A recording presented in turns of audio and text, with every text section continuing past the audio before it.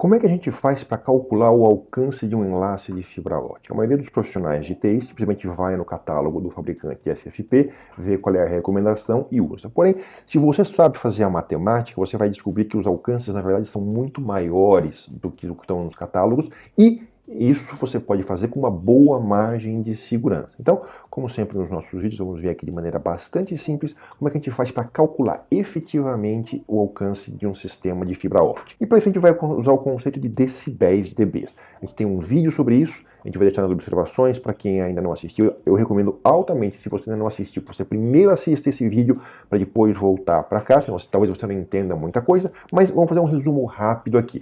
Então, pensando numa coisa que não tem nada a ver com transmissão de informação, transmissão de energia. Eu tenho um gerador de 110 watts aqui na minha esquerda e uma casinha na direita. E eu tenho em cada lance de cabo aqui uma perda de 10% de potência. Bom, então eu comecei com 110, o primeiro poste 10% a menos eu chego com 99 watts, e aí eu vou caindo 10% entre cada poste até chegar com 72, um pouco mais de 72 watts na casinha aqui.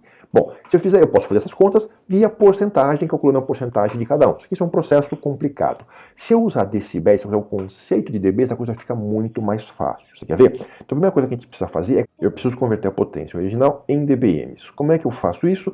Eu vou na internet. Eu procuro, no vídeo anterior eu usei um site, aqui eu estou usando um outro site, mas vocês podem usar vários sites diferentes, é só você procurar no Google, conversor dBm para watt, conversor de watt para dBm. Então nós vamos converter aqui, eu tenho 110 watts, preciso converter de watts para dBm, eu tenho 110 watts, convertidos para dBm, eu tenho um pouco mais de 50 dBms aqui anotado. Por que eu coloquei tantas casas decimais? Porque eu quero chegar exatamente no 72.17 que a gente chegou aqui, então por isso a gente precisa pegar com bastante precisão, mas na vida prática não precisaria chegar com tantas casas decimais. Bom, aí eu vou no catálogo do fabricante do cabo, esse cabo que tem 10% de perda em cada lance, e ele me fala que eu tenho ali essa perda por quilômetro, tá? Isso aí os fabricantes dos cabos normalmente informam. Então, cada lance me dá um pouco mais de 0,45 dBs de perda. Então, fazendo a conta aqui, depois de 4 lances, eu tenho um pouco mais de 1,8 dBs de perda. Como é que eu faço essa conta agora?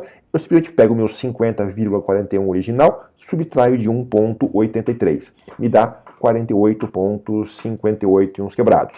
Como é que eu converto isso agora em watts? Isso aí é em dBms. Volto para aquela tabela. Eu venho aqui e converto dBms para watts. Então ponho esse número aqui, converto 72,17. Vamos ver quanto é que deu no nosso cálculo usando as porcentagens. 72,17. Tá? Então, repara que em vez de ter que fazer um monte de porcentagens, eu apenas fiz uma continha de mais e menos. Então, basicamente, eu converto potência em dBms, usando as tabelas que a gente encontra facilmente na internet. Existem até apps de celular que fazem isso para você. Pego a informação do fabricante do cabo de qual é a perda que ele me dá em cada trecho, e depois que eu chegar no dBm final, volto para watt. Bom, isso aqui é para energia e para transmissão de dados. É a mesma coisa, transmissão de dados é transmitir energia. Então tem tudo a ver uma coisa com a outra. Vamos pegar então alguns exemplos práticos para a gente ver usando a fibra ótica. Então o nosso primeiro projeto, a gente tem ali 2 transceivers SFP e um lance, uma conexão de fibra ótica entre eles. Qual que é o alcance máximo que eu vou ter nessa comunicação? Bom, pegando então do catálogo do fabricante do SFP, inclusive isso aqui eu peguei de um fabricante real, a gente tem aqui que ele transmite em menos 3 dBms. Puxa, número negativo de potência? Abstrai, não se preocupa. Em dBms, número negativo significa apenas que ele é abaixo de 1 miliwatt. Só isso, tá? Então, menos 3 dBms é a potência de transmissão. Esse transceiver funciona em fibra multimodo a 850 nanômetros. Nanômetro é uma unidade de comprimento de onda. Não precisa também entrar em muito detalhe, se você não entende esse conceito, também não se preocupa. Quer dizer apenas que é nessa cor de laser ou de LED, dependendo do FFP, é que ele vai transmitir. Essa informação vai ser importante para a gente no próximo slide. Por enquanto ela não tem muito valor. Segura isso aí. A sensibilidade de recepção é quanto de potência que precisa chegar na outra ponta para aquele transceiver entender e detectar o sinal. Menos 17 dBm. Poxa, mas espera aí, a sensibilidade é maior do que a transmissão, quer dizer, eu preciso de um sinal maior lá do que ele transmitiu, isso é número negativo. Número negativo, quanto maior o número, pior. Ou seja, se eu estou com a minha conta corrente em R$17 negativo, é pior do que eu estou com R$3 negativo. Tá? Então, menos 17 dBm é menor do que menos 3 dBm. E qual é O Power Budget, que é uma outra informação que o catálogo do fabricante me dá. 7,5 dBm. O que é isso? É a margem de segurança, ou vulgarmente conhecido como margem de cagaço, que o fabricante recomenda que você mantenha. Então, vamos lá, fazendo as contas aqui. Se o meu receptor do outro lado tem menos 17 dBm de sensibilidade, quanto de potência o fabricante está recomendando que chegue lá? Se eu pego 17 menos 7,5, é 9,5, ou seja, o fabricante falou assim, olha, o meu receptor consegue detectar um sinal com uma potência bem baixinha, menos 17 dBm, mas vai que ele fica velho, vai que a fibra ótica começa a ficar mais opaca. Então minha recomendação é que você não fique abaixo de menos 9,5 dBm, ou seja, 17 menos 7,5, 9,5, esse é o mínimo. Então, a diferença entre menos 3 e menos 9,5 é quanto o fabricante desse transceiver está recomendando que a gente trabalhe nesse enlace. Qual é um Power Budget bom? Depende muito até mesmo da margem de segurança que você quer deixar, mas normalmente nos sistemas, 10 a 7,5, inverso, 7,5 a 10 dBm é uma boa recomendação, uma boa margem de segurança. E aí ele fala que a distância desse transceiver vai até 550 metros. Mas será que a gente não consegue passar disso? Será que é perigoso se eu passar desses 550 metros? Tudo vai depender da fibra ótica que a gente usar. Também, pegando no catálogo de um fabricante de fibra ótica, tem essa fibra aqui, uma fibra multimodo. Ela, em 850 nanômetros, tem uma perda de 2,5 dB por quilômetro. Aí é que vem aquela informação do slide anterior importante. Eu preciso casar a fibra ótica com o transceiver SFP. Todas as fibras óticas transmitem qualquer frequência. Então 1310, 1490, 1500, 850, o que seja. O que acontece é que o fabricante da fibra ótica otimiza ela para um certo comprimento de onda. E ele normalmente só informa qual é a perda naquele comprimento de onda, porque nos outros comprimentos de onda a perda é muito grande. Agora, isso não quer dizer que eu não posso usar. Eu posso pegar uma fibra ótica feita para 1310 nanômetros, que são normalmente as fibras monomodo, e usar com um transceiver multimodo. O problema é, eu não sei quanto de perda eu vou ter, vai ser difícil de calcular. E normalmente não é muito correlacionado. Não é porque um cabo tem uma perda baixa, por exemplo, em 1410, que ele vai ter uma perda baixa em 850 nanômetros. Não, pelo contrário, pode ter uma perda muito grande. Então, e você não vai ter essa informação, os fabricantes não informam isso. A não ser que você tenha um medidor, um aparelho de teste de fibra ótica, é difícil de você fazer. Mas se você conseguir essa informação, o que a gente vai explicar aqui vai funcionar igual. Mas a gente vai detalhar melhor essas coisas nos próximos slides. Vamos nos manter aqui então no tradicional. Então, é um transceiver para 850 nanômetros, eu estou usando uma fibra para 850 nanômetros e ela tem uma perda de 2,5 dB por quilômetro. Além disso, eu vou olhar no catálogo do conector que eu vou usar e ele me fala que eu tenho uma perda de 0,6 dB. Então, cada conector me dá essa perda. Repara, não é por quilômetro, porque o conector não tem 1 quilômetro. Basicamente, você coloca o conector ou não. Então, você colocou o conector, ele vai te dar uma perda de 0,6 dB. Nos catálogos dos fabricantes, isso é chamado normalmente de perda de inserção. A fusão, se eu fizer uma fusão na fibra ótica, também a minha máquina de fusão que eu uso ali, ela me avisa que, o fabricante da fábrica me avisa que eu tenho normalmente uma perda de 0,1 dB ou 0,1 dB por cada fusão que eu fizer. Bom, então, nesse caso aqui, a gente tem 6,5 dB para gastar. Lembrando de onde vem isso. Meu sensor tem uma sensibilidade de menos 17, estou usando 7,5 dB de margem de segurança, então eu quero chegar aqui na minha recepção com no mínimo menos 9,5 dB de potência, e a minha transmissão é menos 3, então de 9,5 para 3 eu tenho 6,5 dB para gastar. Em tudo, em conector, em fibra, em fusão, papagaio, periquito, o que eu colocar no meio do caminho, cada perda que eu tiver eu vou ter que somar e tirar da potência original. Então, por exemplo, numa técnica, a distância máxima que eu conseguiria. Eu tenho 2 conectores, então só aí eu já perderia 1,2 dB. Então, dos 6,5 eu caí para 5,3 dB.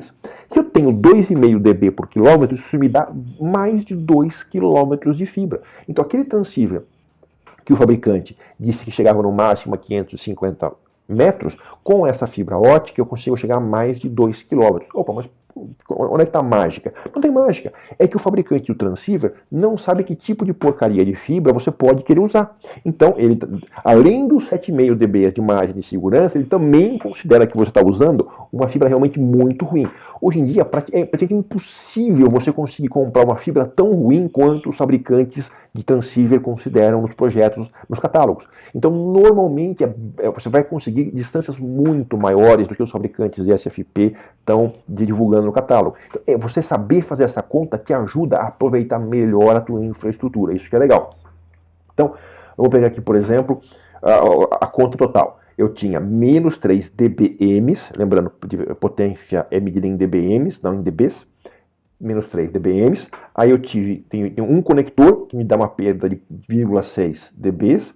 Eu tenho 2,12 km de fibra que me dá 5,3 e o último conector. Total, eu vou ter menos 9,5 dBm chegando no receptor do outro lado. Como a sensibilidade dele é 17, eu tenho ali aqueles 7,5 de margem de segurança. Ou seja, o receptor no SFP pode ficar mais velho, pode perder sensibilidade, a fibra ótica pode ficar mais opaca, não tem problema. Esse meu sistema vai funcionar por vários anos sem nenhum problema.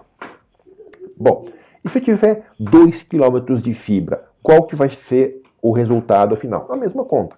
Comecei com menos 3 dBm, tiro 0,6 dB de cada conector, 2 vezes 2,5 dBm, que é a perda da minha fibra total, eu vou chegar na outra ponta com menos 9,2 dBm, mais do que os 7,5, vou chegar com 7,8 dB de margem de segurança, melhor ainda. Vou fazer um segundo projeto agora.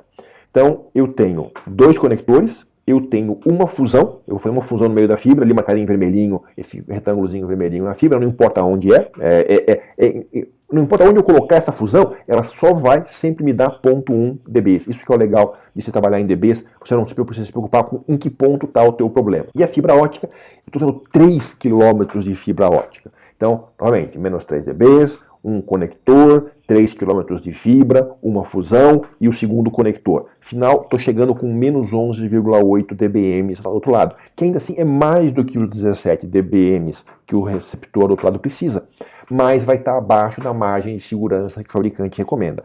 Vai funcionar? Com certeza vai, mas como a gente falou, com o passar do tempo, talvez você comece a ter problemas com o passar dos anos, como o receptor começa a ficar velho, a fibra começa a ficar velha, talvez você comece a ficar cada vez mais perto dos 17 dBm, talvez você passe menos 17,2 e pronto, aí ele para de funcionar.